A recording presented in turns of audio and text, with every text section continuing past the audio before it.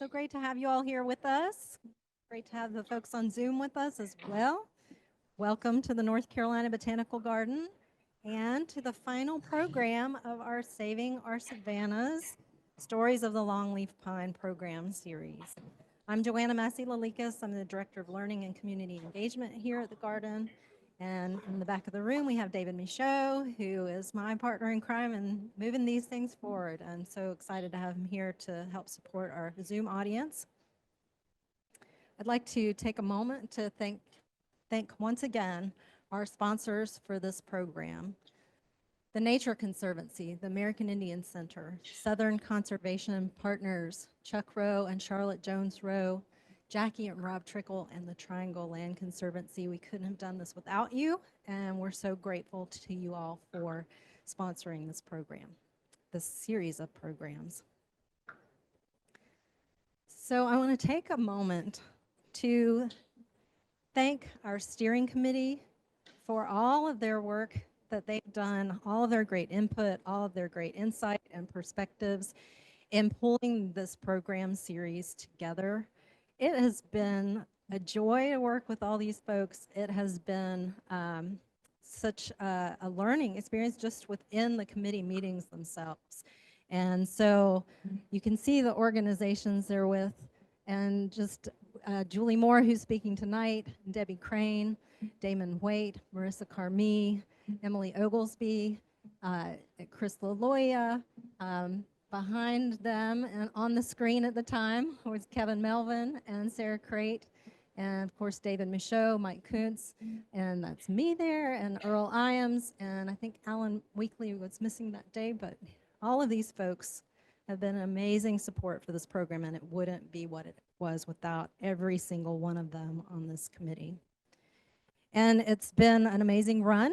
So we've had 53 programs through the last 6 months. We've had 3,196 participants, and we have, after tonight, we'll have 20 new recordings on YouTube of lectures, and already we've had 3,850 views of those lectures. So you can revisit things on those recordings. And I hope you'll stay after the program, because this evening, we are launching the new educational exhibit, which will be up for 6 months, and it's over across in the exhibit hall. We'll have some refreshments for you, so join us there after the talk for conversation and some more educational opportunities there. Well, I can't really say enough about Julie Moore's contribution to this whole program series. As a steering committee member and as the first person who came to me suggesting that the garden move this forward as a special topic. She actually did that a few years ago. She was very patient with us and me, and I hope she'll agree with me that this ended up being the perfect time to do it. And without her input and support, we couldn't have done this. So thank you, Julie. Now I'll move forward and introduce her so she can share her wisdom and perspectives with you. Julie Moore retired in 2019 from the U.S. Fish and Wildlife Service with the Endangered Species Program, headquarters, Washington, D.C. She was National Coordinator for Safe Harbor and Candidate Conservation Agreements. I printed it too small. She was the North Carolina Natural Heritage Program for over a dozen years. She was with the North Carolina Natural Heritage Program for over a dozen years as a botanist and ecologist specializing in fire-dependent systems and working with private landowners. Other affiliations across her impactful career and post-career have included Tall Timbers Research Station, Longleaf Alliance, the B.W. Wells Association, North Carolina Plant Conservation Program, and Southern Conservation Partners, probably just to name a few there. She is the author of Managing the Forest and the Trees, a guide for longleaf forest landowners, and she's currently the coordinator of Venus Flytrap Champions, which is a project of Southern Conservation Partners. And Venus Flytrap Champions was created to encourage private landowners with Venus flytrap populations and public land managers who are effectively managing fire-dependent habitats to manage the fire-dependent longleaf pine habitat on their properties by providing them with all kinds of great information on where to get assistance if needed and to recognize them for their efforts. So please join me in welcoming Julie Moore. It's been a fun project. Getting all these different speakers together over the last 6 months has just been fascinating to me. And I hope it is for you all too. How many of you all have been listening to this series? So hopefully it'll all make sense to you. If you hadn't listened before, you're going to maybe have some questions that I'll be glad to answer. But today I'm going to give a talk that I've never given before. I've talked about longleaf an awful lot in 50 plus years.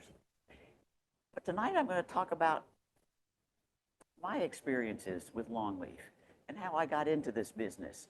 We've heard from so many people technically about longleaf, all different aspects. Earl Imes has talked so much about history. We've had just last week, Mike Kuntz talked about what the botanical garden is doing. Longleaf Alliance was represented by talks by Sarah Crate, who's here tonight, and also Ed Platt. We've had all kinds of people talking about different aspects of longleaf, and there are lots of aspects to it. That's one of the things why it made such a good program over the last 6 months. There's so many different aspects to dealing with longleaf. So what I'm going to kind of do tonight is we're going to review what we've learned, and then we'll have a little discussion at the end to see what you all have learned and what you still have questions about. So I will try to make this machine go forward, and on we'll go. Longleaf has the big cones and the long needles. Did you all know that it takes at least 2 years to form a cone? If you take a look at that picture there with the two little ears, those are cones just in the forming. And then below it are ones that are probably 6 months or 9 months old. So it takes a while for the longleaf to develop these cones. And one of the other aspects of it is it doesn't form cones every year. And this is one of the reasons loblolly pine has taken over the world, is because loblolly produces cones pretty much every year. The seeds are small, they blow a great distance. The longleaf seeds are pretty big, and they're also quite tasty if you're an animal of some sort. They need to hit bare soil. And that is one of the things that happens when you don't burn on a regular basis. The seeds get stuck in the pine straw. But if you only make cones every 5 to 7 years, it's hard for this species to reproduce. That's one reason why when the uplands were cleared and so much longleaf was removed, that the loblolly pine came up from the wetlands and took over a lot of what had been longleaf properties or habitat. Well, longleaf not only is a tree, but it's also part of a huge grass system. And that's the other thing about it, is that the grasses are where the excitement is, actually. For too long, we just thought about the trees as opposed to the whole system itself. And the grasslands are very different than almost all kinds of other systems we have in the Southeast. In North Carolina and throughout the South, we have several different basic types of longleaf. And actually in North Carolina, we have both longleaf in the mountains, or montane, or Piedmont. Have you all ever been to the Uaris and seen the longleaf pine there? That's pretty amazing that you get there. And longleaf used to come not quite to Chapel Hill, but really to the edges of Raleigh. If anybody's ever been to Hemlock Bluffs, there's longleaf at Hemlock Bluffs. We really have a lot of diversity in these habitats.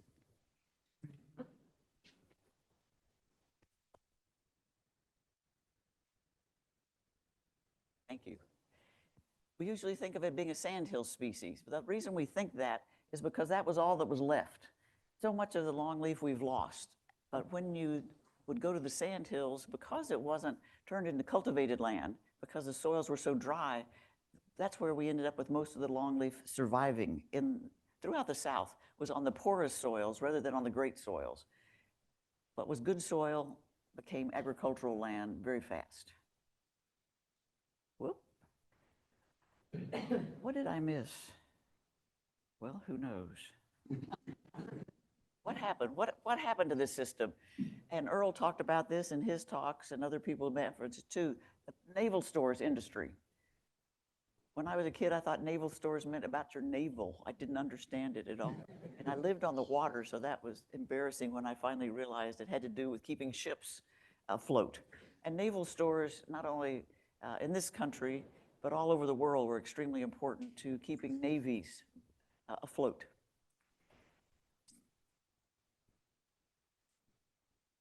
What else happened?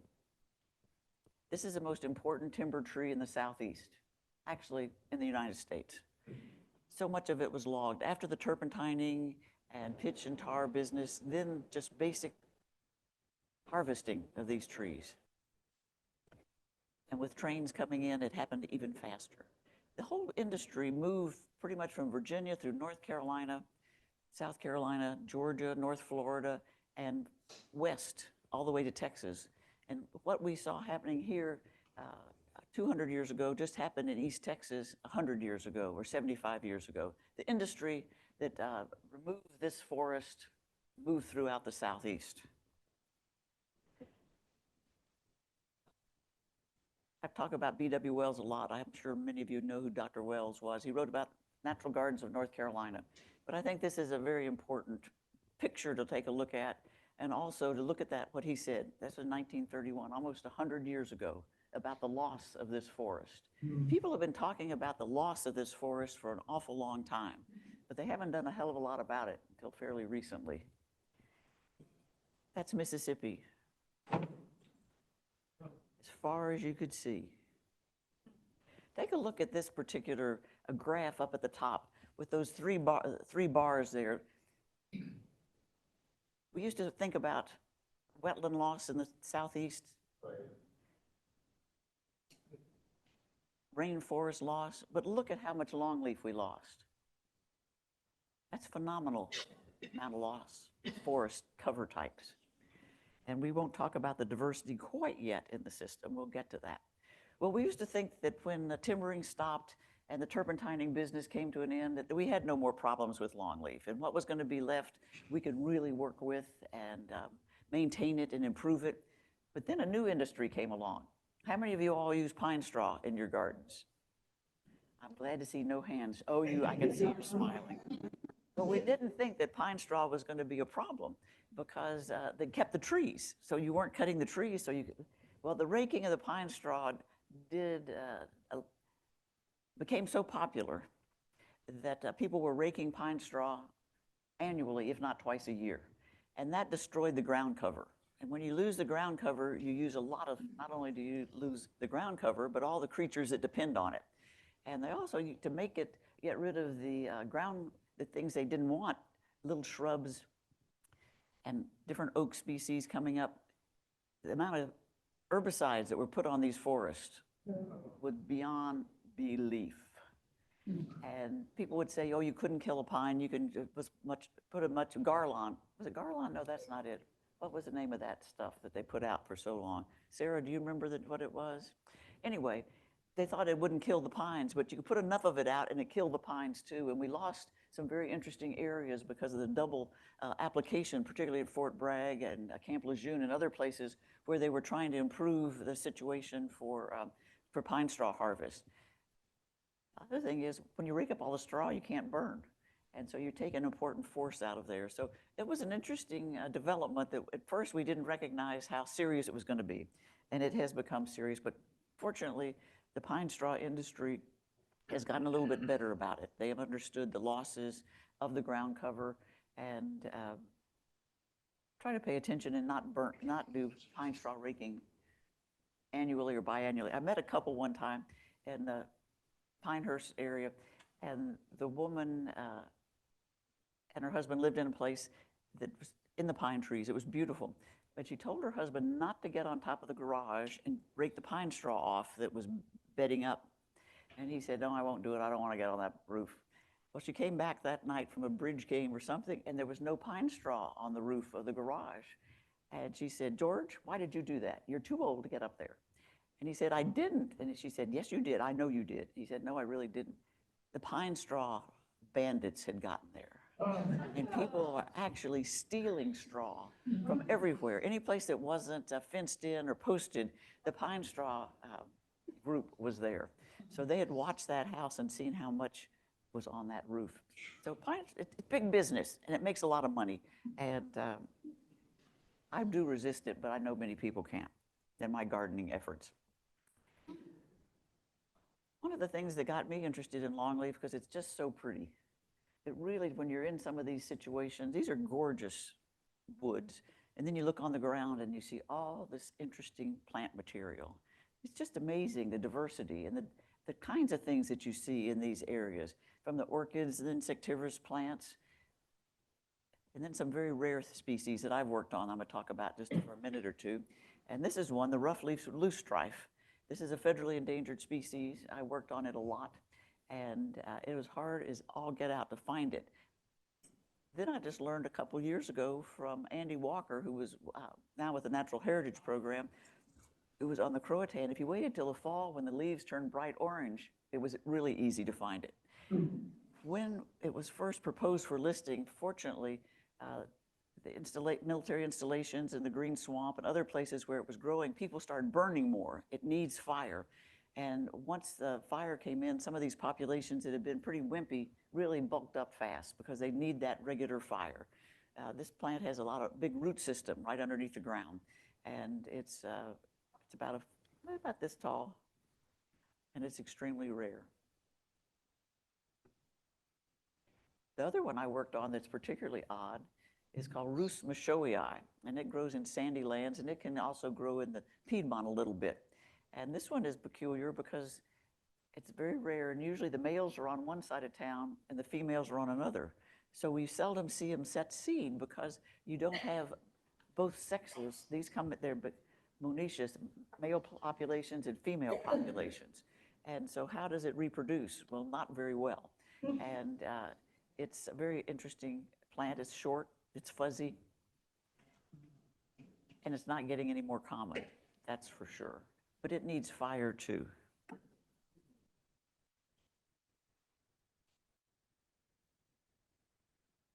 Did you all see these big lilies? Yeah. What lilies, Cynthia, tell us what lilies this is. Lilium purphorum, which Julie calls the fire lily, but everybody else calls it sandhills lily. First time I saw this plant, it was going in a big thicket. It needs, it likes wetlands, but it doesn't like a whole lot of shrubbery. But the day somebody showed it to me, I looked up and I had to look up at it because it had gotten so tall because of getting through the shrubs that it was almost 7 feet tall. And looking up at that thing was just amazing. And your rendition of it is just beautiful. Longleaf has inspired a lot of art and crafts as well as preservation. This plant grows on the Plant Conservation Program's preserve called Eastwood, and now and then we have field trips there, and I think the Nature Conservancy is having a trip this July to take a look at this plant. It's pretty dramatic. Then my current favorite, people ask me if flytraps are really my favorite species, and they're not really. Whatever I'm working on at the time is my favorite. But we're doing a lot of work with flytraps now, and this was proposed to be a federally endangered species, but the Fish and Wildlife Service decided it wasn't rare enough. And part of the reason is there are lots of plants in the Green Swamp and the Croatan National Forest and other places, but the range is shrinking. How many of you all have been down to the coast lately and see what's going on?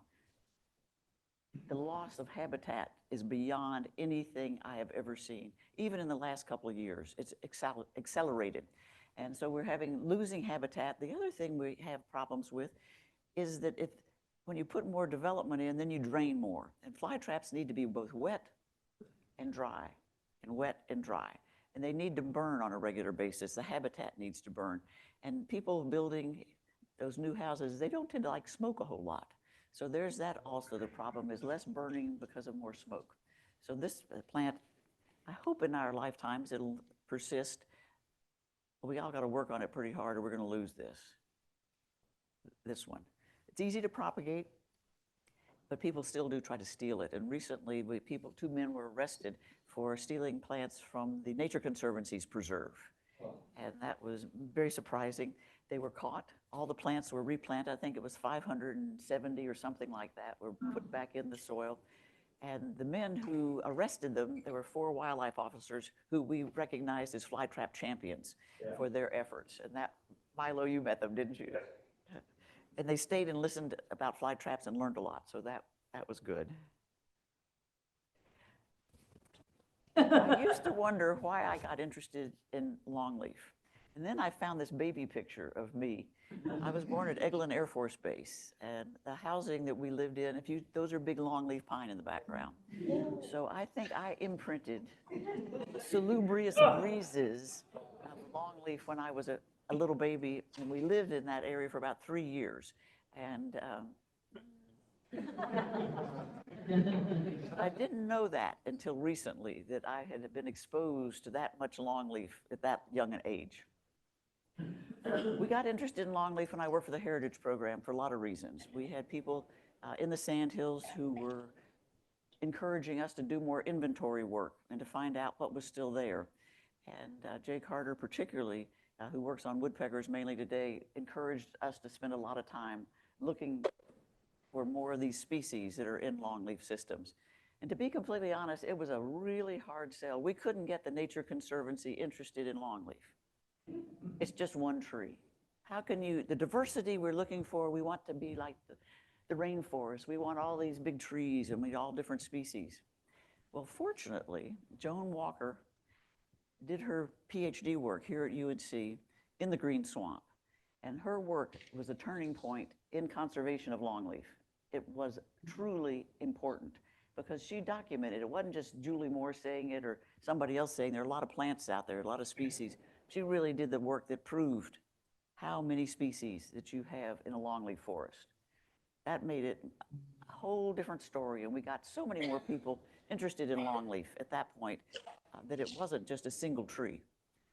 A very valuable tree, but nonetheless, it was hard to convince people that a forest with just one tree was that exciting. But thanks to Joan, we found that it was, and that a lot of people doing work. These are just a few of the species that are in longleaf systems. It really is amazing. And it's fun to get out there and look for these things. But you have to get down on your hands and knees a good bit, I have to say.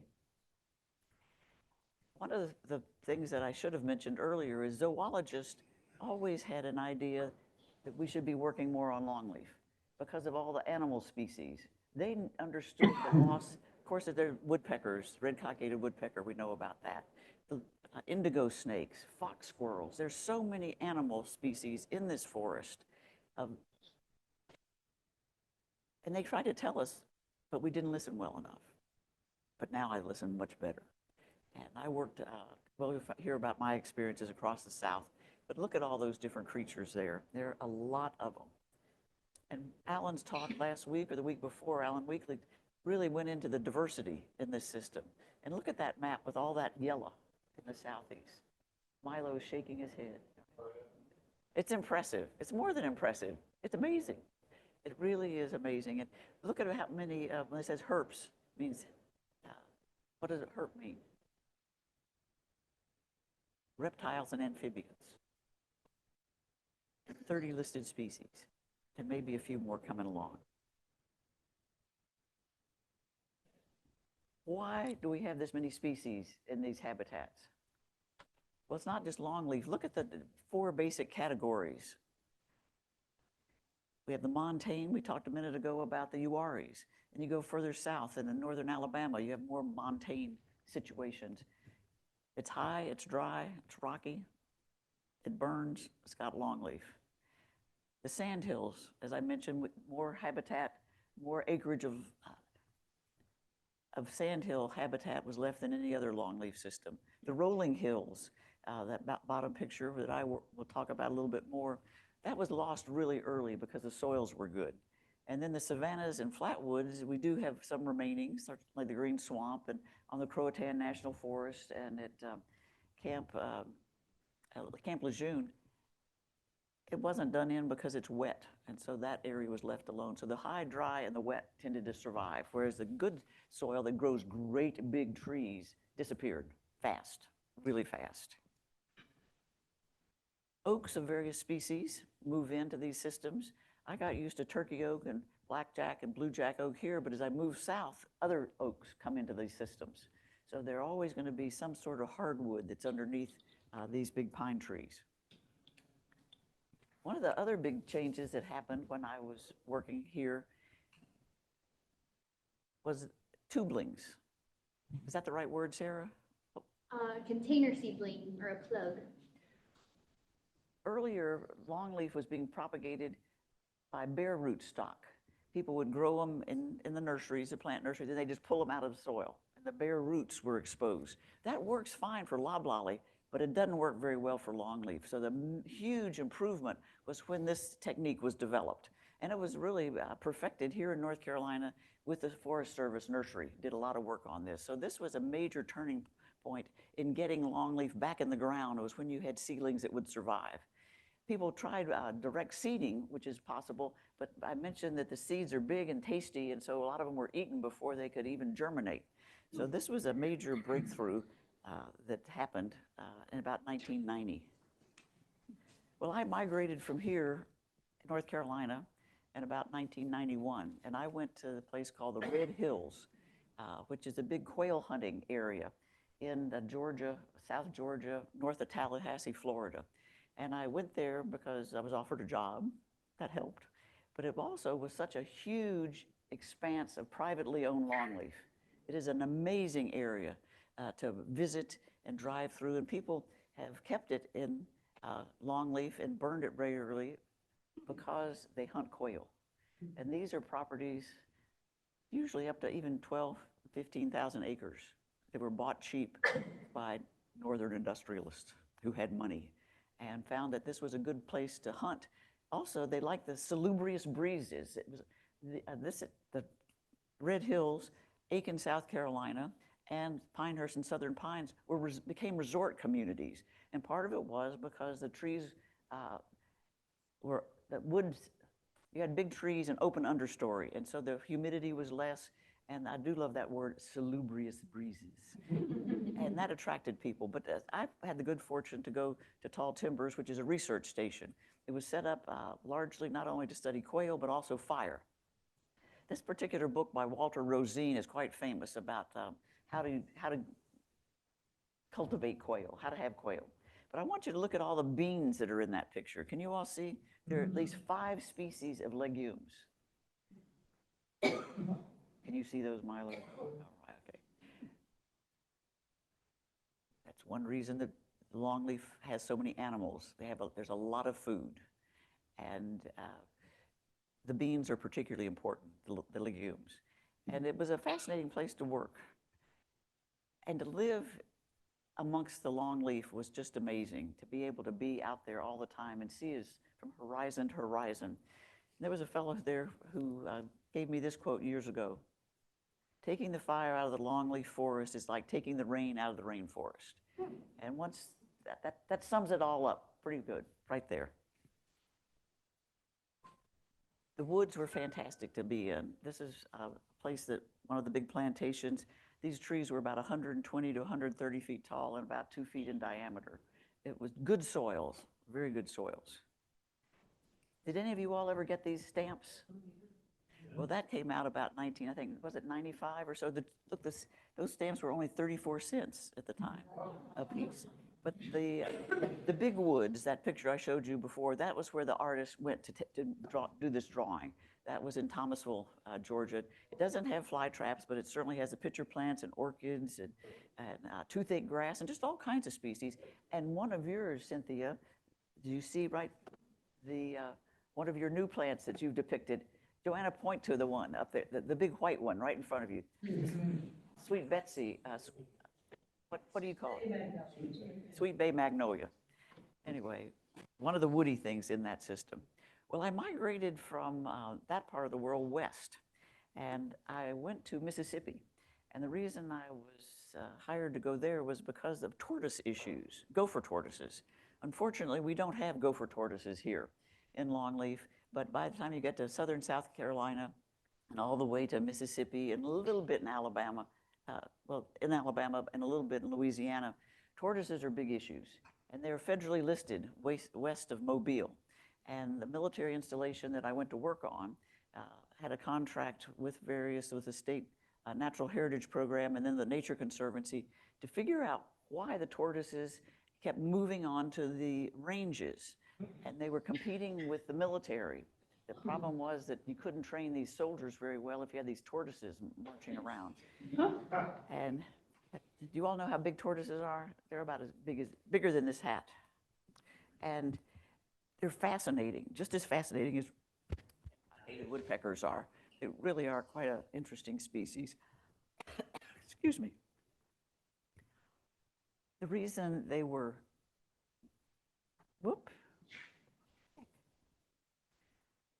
the reason they were moving onto the ranges was because the Forest Service had let all their people go out and burn the forests out west and fight fires out there. They stopped burning on their own property. And when they do that, the tortoises need something to eat. They're vegetarians. And so they were moving into the grassy areas where the soldiers were setting up their tanks to fire into a firing point.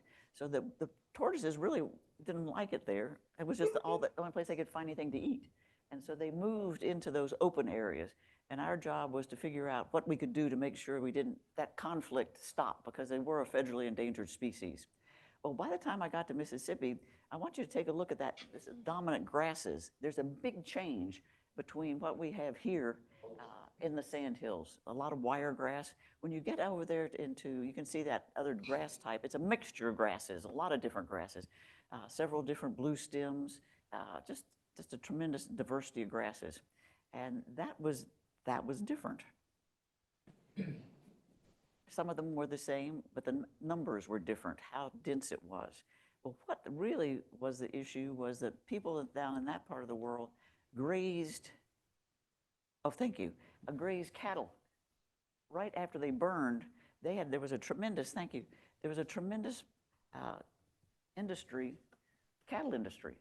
And people were running their cattle in these piney woods. They burned them regularly. The grasses came back, and they weren't wiregrass. Wiregrass isn't very tasty if you're a cow. You don't want to eat it. They're not really very good. But these other grasses were much more nutritious. So there was a whole industry in southern Alabama, Mississippi, and into Louisiana that was a cattle industry. And they kept the pine trees, and they burned on a regular basis. So to be someplace where everybody was used to fire, they had open range for cattle until 1969 or something like that. So that's a whole different industry there that helped keep that forest in place. Now you can see why they call it blue stem. That was a wonderful tortoise area. It was right off one of the ranges, and it burned just about every year. It was quite dramatic. It had woodpeckers in it too, but the tortoises were the fun part. As I said, they burned all the time. And on the military installation in national forests, the fires would move off the ranges. And so you could get that fire moving in it, even if it wasn't deliberate. But basically, as I said, they let their people who could do burning on the installation, they let them go out west and get paid twice as much for the 2 months they were out west fighting fires. There were other wetlands on that installation with a very rare crawfish. I learned a lot about crawfish in Louisiana. In Louisiana and Mississippi. This one isn't particularly tasty. It's very small, but it lives in pitcher plant flats. How many of you all grow the plant Stokes aster? Do you know what I'm talking about? Well, Stokes aster is native to these wetlands, and so you can be in there, and there are pitcher plants this high, and then these beautiful bluish flowers and these little crawfish running around. The diversity in these systems that burn regularly, and here's a wetland that burn regularly, is part of the whole story of longleaf, because it goes, the scientific name for longleaf, what's the scientific name for longleaf? Say it. Palustrous, and palustrous means wet. So the people who named this plant saw it first in wet areas, not in the dry areas. And burning, burning, burning. And the tortoises needed that to burn too, to get what they ate. There's even a plant that's called gopher apple, named for the tortoises. They have little apples, and it's so much fun to see the tortoise go up and raise its head and eat these little apples. About this time, greater interest was building for Longleaf. And an organization was started, the Longleaf Alliance. And I was very fortunate to be involved with that organization. This was started at Auburn University, the School of Forestry there. And one of the reasons it started was because they had a wonderful teaching forest that was almost all longleaf. And so that made them really need to pay attention to the longleaf that was there. And these two professors who were there were interested in the bigger picture of how you actually manage longleaf. Because up to this point, one of our great problems was we didn't have foresters who could manage longleaf. You couldn't manage longleaf like you'd manage loblolly or shortleaf. It's a whole different technique. I told you about the ones with the tube links and planting it, but also just how you burn it and how you harvest it were big issues.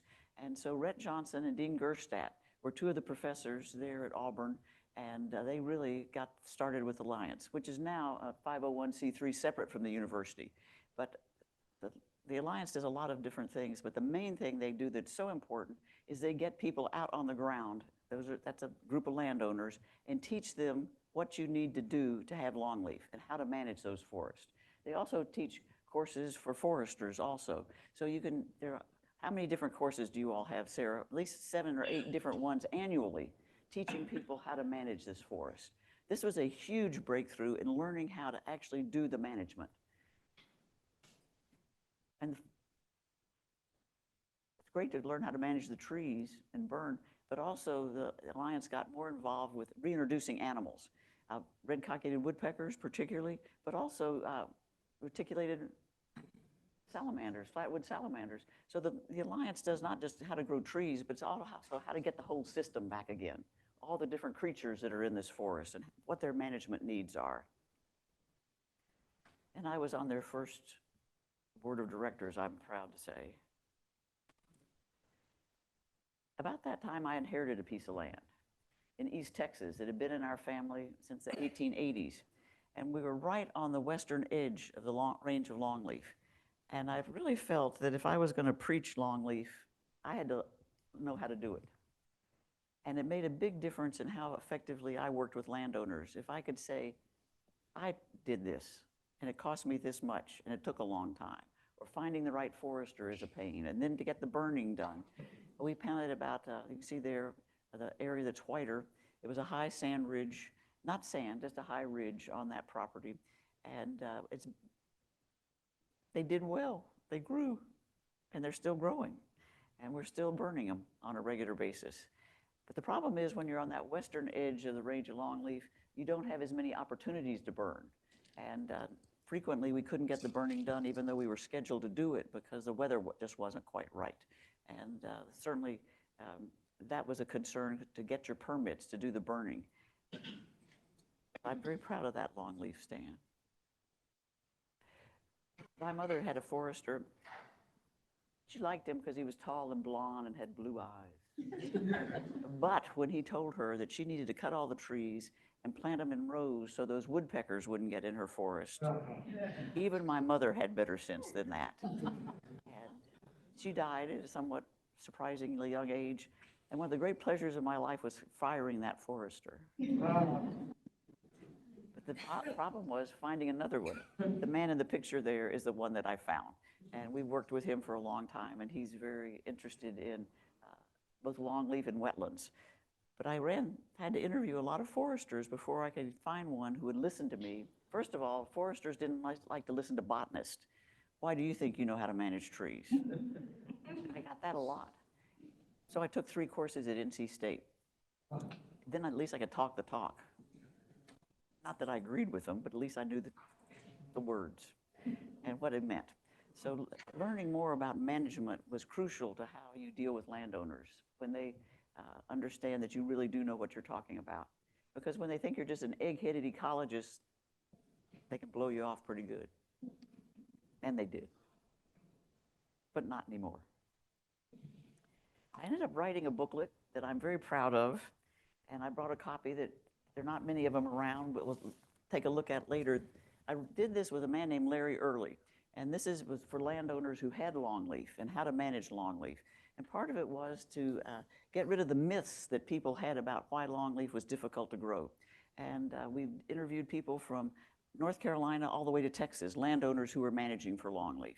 And it's Annie Runyon who wrote this great book that some of you all may have known about already.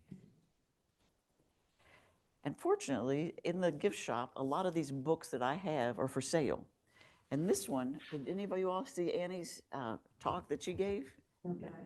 Anyway, this is just a gorgeous little book, and she worked on Longleaf for years and got it all absolutely technically correct, but finding a publisher took a while. But this is a wonderful book, and I got my copy, and I was so excited, I ripped it open, and the postman was there.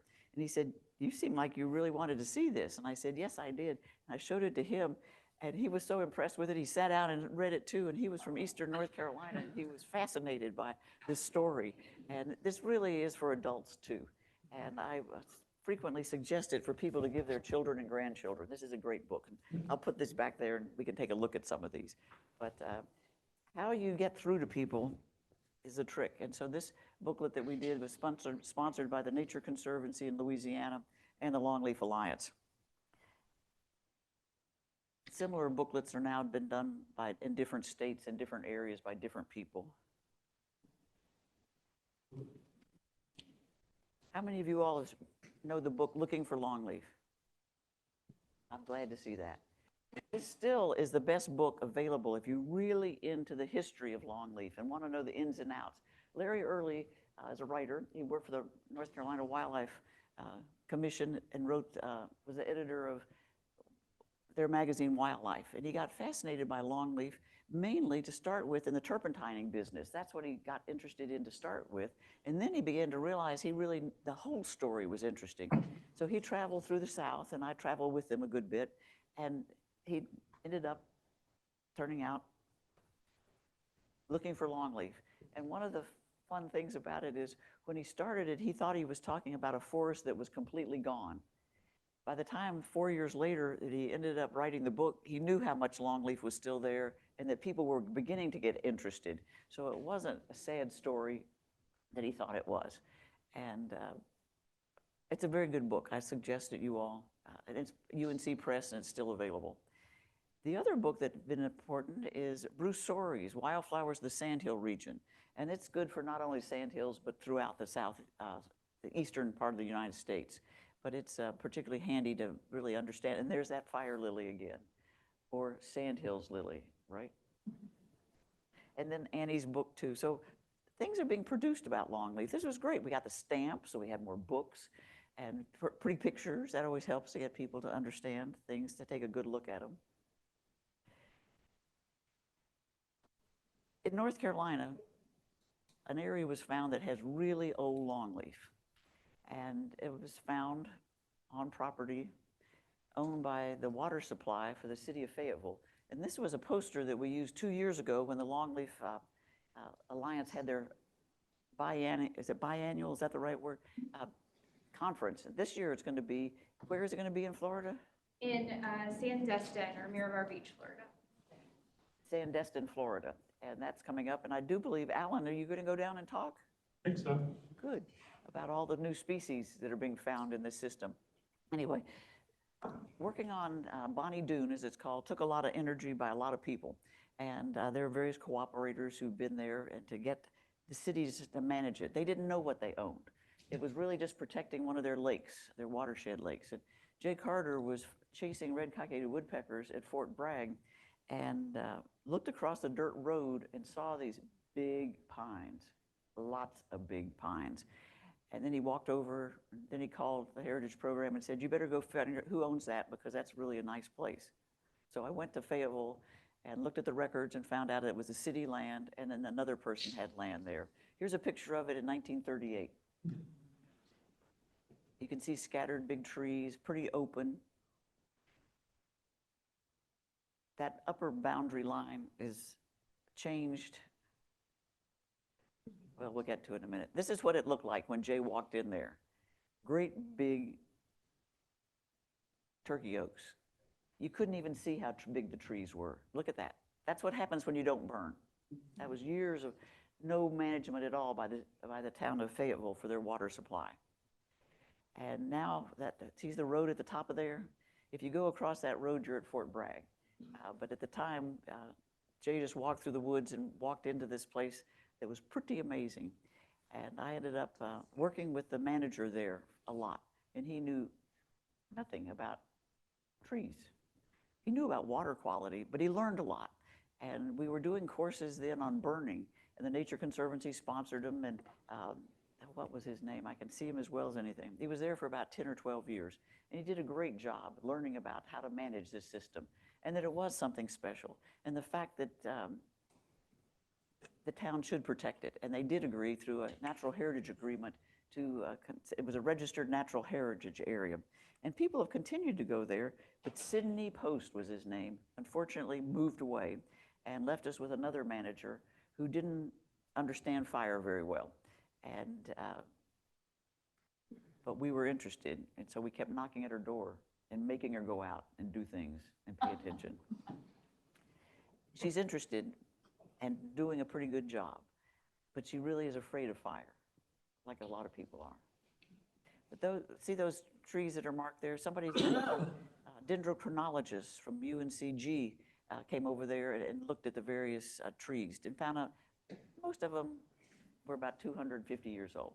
Now, we do have older trees, but we don't have many places that have that many old trees left in one site was the difference. And there are a few rare plants there also, but getting fire back in that forest has been a real challenge. You saw how grown up it was, and one of the things they did in there was actually go in and harvest the hardwoods.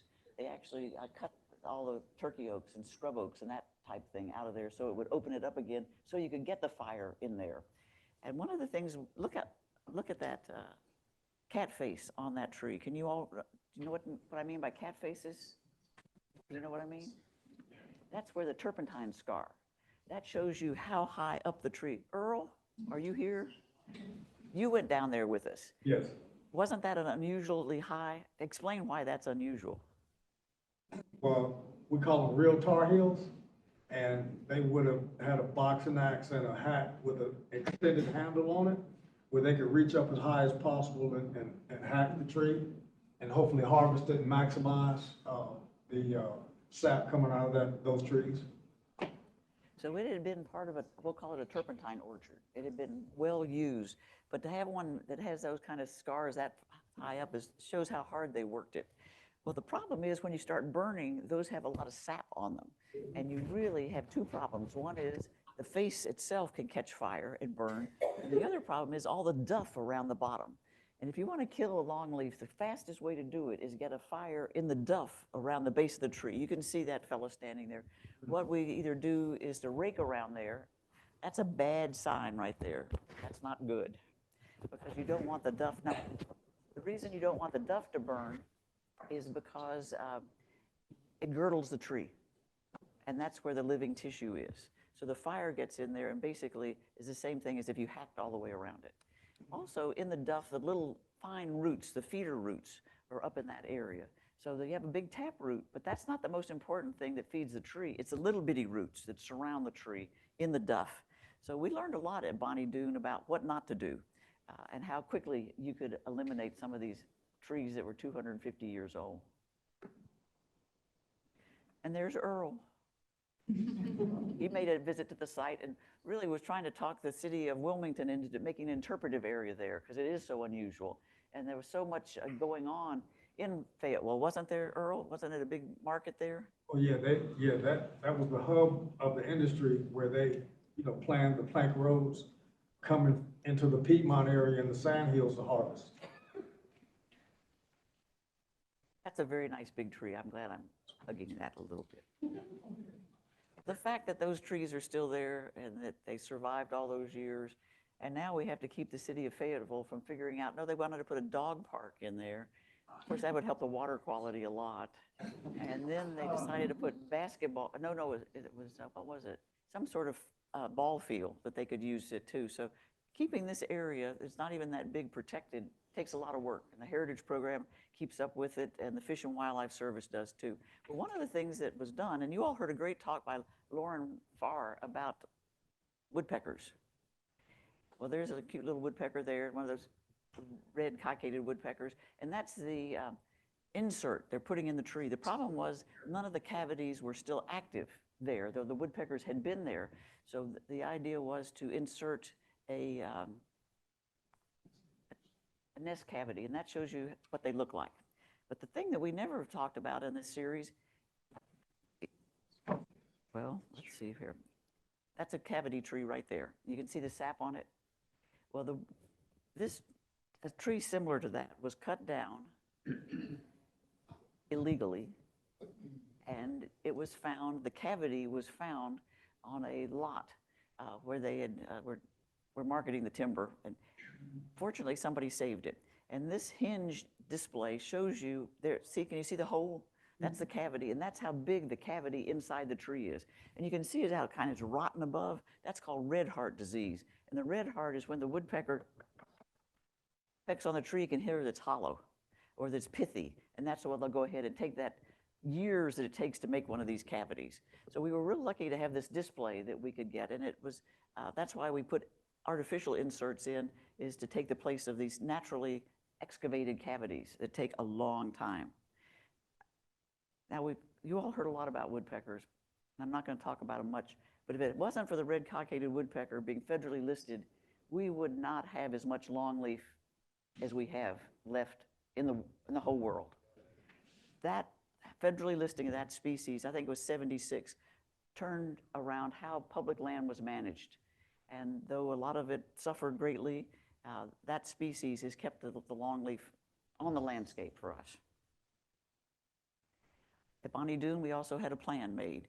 And Richard Broadwell, who spoke to you all as a private landowner, he also is a consulting forester and wrote this great plan for this property. He's also doing one, Chuck, what's the name of that Civil War battleground?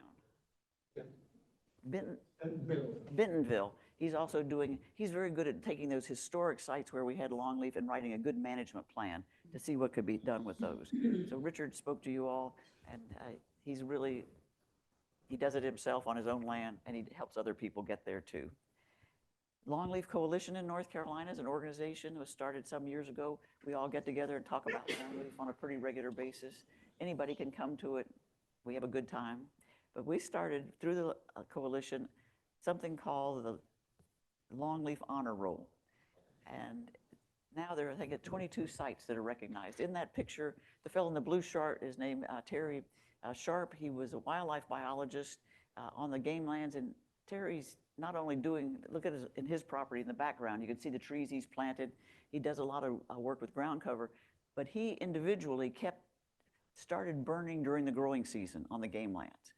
And he almost got in trouble for it because they didn't think that you should only burn during the wintertime. Well, Terry did a great job that and really showed what different plant species and animal usage you get if you burn in the growing season versus the wintertime. And on his own property near Ellerby, we recognized him for his efforts. We've recognized a lot of people for their efforts. And part of the thing is you got to do something to be recognized. Either you have to plant, burn a certain number of times, do thinnings. We don't just give them to you because you think we have a nice, you got to step up and really manage those forests. And so we have people all across the sandhills, and we're looking for more to recognize for their efforts. Isn't that a nice picture? And a good-sized family and what they're doing with their longleaf. They have a little kid, and she was out there with us that day. Part of it is we know how to manage now. What does the future hold for longleaf? Good things. Good things. What is going to happen next that we really need to understand better is how to get the ground cover back. How to get these ground cover species. We know how to plant the tree, but if you're taking an old field or an area that hasn't had a native ground cover in a long time, it really is a major challenge to get the different species. All those species, what was it, 40 per square meter? The number of species we could have there. How to get those back again? Fortunately, some places are growing plant material that you can get. It's very expensive to get plugs to put in. Some other techniques are trying are just to harvest. Military installations will go in and actually harvest all the seeds of the grasses and herbaceous material and then spread that in certain areas after they burn to see if the seeds will. This is the big challenge. You can get the trees, but how do you get the rest of the forest in there? That's the next big challenge. The other question is, where are we going to go beyond the current range with our climate change issues? Do you all know where this picture is? I was at Arlington Cemetery. I worked in Washington, D.C., right below the Lee Mansion on the top of the hill. If you look down that hill, if we turn slightly, actually, I think I can actually see something important down there. I have a picture I couldn't find of me with the Washington Monument behind me. I like to pretend that Robert E. Lee planted this tree. I don't know who did, but here's showing you can grow longleaf out of the current range that we know about. But the horrible thing is, what's that yellow tree in its way? Ginkgo. The longleaf was being outcompeted by a ginkgo. I thought that was just horrible. The big thing that's happened in just this last few weeks, lots of money is coming to longleaf now. It's just amazing. There's an organization called the National Fish and Wildlife Foundation, and they get money from a lot of different sources, including the Orton Foundation, and all sorts of private corporations donate to it, as well as federal agencies. And this amount of money that's coming to longleaf is going to make a huge difference. They've been giving money for research for quite a while, but they have more money now. And just to look at that, the Nature Conservancy only received $722,000. Sometimes they get more than that. A lot of money this time is going to the Wildlife Commission here in North Carolina. So we're having funds come in that are going to help private landowners and also more research in different ways to get more longleaf on the ground. So when you get that much money coming to a species, things change. So how do I feel about this whole business about longleaf? I think it's positive. The thing that we haven't mentioned much, and there's a quote from Wallenberg, a man who wrote about longleaf extensively for his work all through the South, one of the finest timber trees the world has ever known. This tree is worth money. So not only do we know how to grow it now and all the biological aspects, but what we have to keep selling to people is you can make money out of it. Now, I showed you planting longleaf on my family property. My sister, the librarian, wanted to know why she should agree to let me plant longleaf. I convinced her it was telephone poles. We're going to grow telephone poles. And telephone poles bring you more money than any other kind of timber that you can grow in the South, of the pine variety. And they haven't gotten old enough to harvest them yet. But the point is, we have now the technical information. We know how to get this forest back once we get the ground cover. We know all the species, but we can also sell it to landowners the fact it's valuable. We're not asking you to make the conservation decision and give up money. If you do it right, because if you know what you're doing, and we're trying to train more people to do this, you can selectively harvest. You don't have to clear cut. You can go in between these open stands of timber and easily remove a telephone pole or two, or trees that have been hit by lightning. You can do a lot because look how open that is. You can get equipment in there and really remove some growth every year if you want to. I see somebody noting back there. Mr. Trickle, what do you think about that as a forester?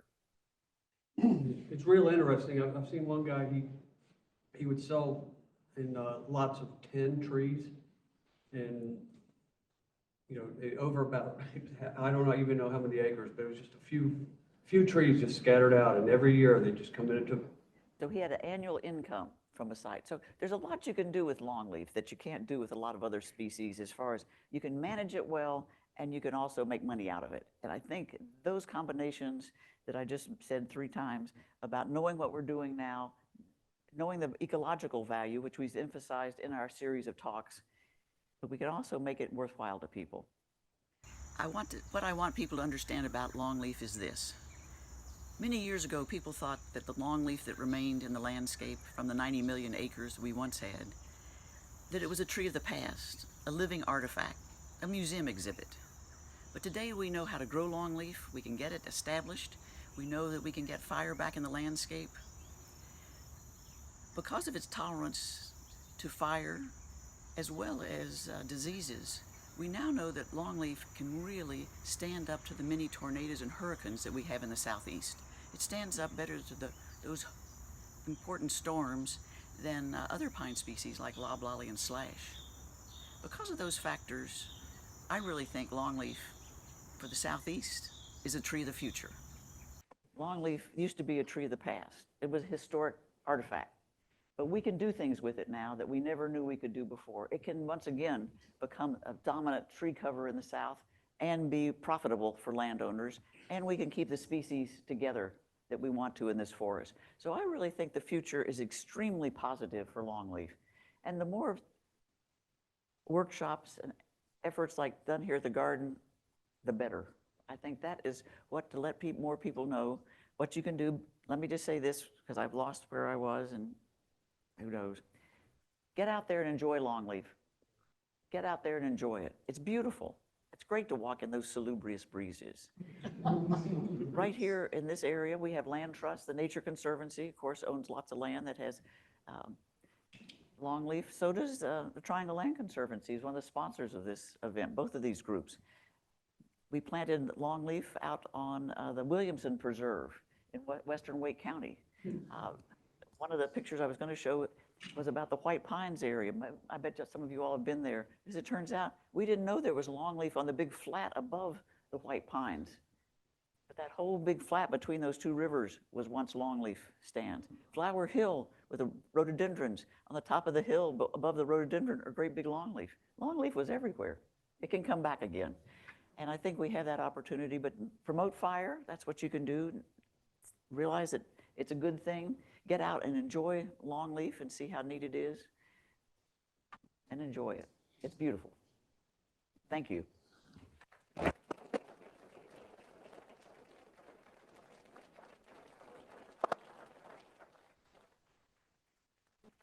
want to know what you all learned. I want somebody to tell me what they thought the coolest thing they've learned in this whole series of classes has been.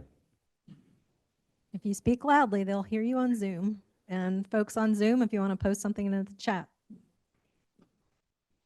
I just wanted to know how come the Michois sumacs can't get their sex life together? Well, we're still working on that one. This is it may be an age phenomena. Alan Weakley once thought his plant was by his front door changed sexes. Isn't that right, Alan? Yeah. Yes, it did. Yes. So maturity might be it. It might be when they're young, they're male, and then they become female as they mature.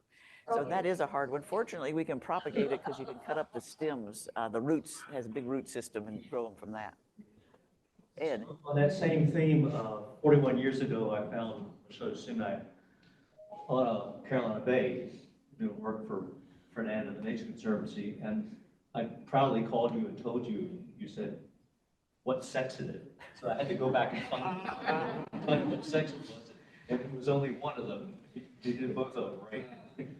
It was in a longleaf stand on the edge of a Carolina Bay. One of the craziest landowners I ever met had both sexes on his property. And the Wildlife Commission, young man took me in there, and we were coming out of there, and all of a sudden there was a pistol sticking in the window in my face. And that was Mr. Bray, who owned the property, and he told that wildlife man not to take anybody in there without calling him first. Ooh. He didn't stick the gun in the driver's face, it was in my face. And we talked, and he said, well, what good is this plant? And I said, well, they actually have been, researcher at NC State is looking at using this plant to precipitate proteins in beer making. And then he said, well, I listened to NPR the other day, and I heard about this tree out on the West Coast that has medicinal value. If he listened to NPR, I knew we were safe. And he had both sexes. I went on a way of vacation. I can't help it myself. And when I got back, the secretary said, this man's been calling you over and over again. And who is it? So I hadn't been sitting in my seat long and picked up the phone, and it was Mr. Bray saying, well, I've gotten the flagging, and when are you going to come down, and we'll mark the ones that are male and female and see what we can do about it.